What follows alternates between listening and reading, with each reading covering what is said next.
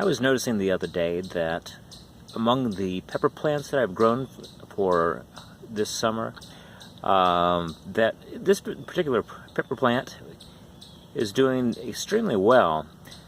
It has lots of fruits on it, beautiful red fruits, and the vegetation looks wonderful on it.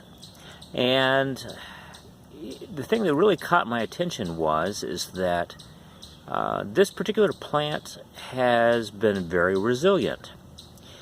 This Peppadew plant was grown in a 27-gallon container that was filled with nutrient solution.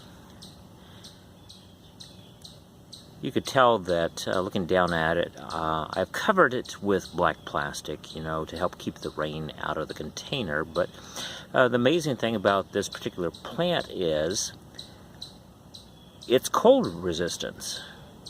And what I mean by that is it is about mid-October, and you can see that a lot of the trees have dropped leaves already.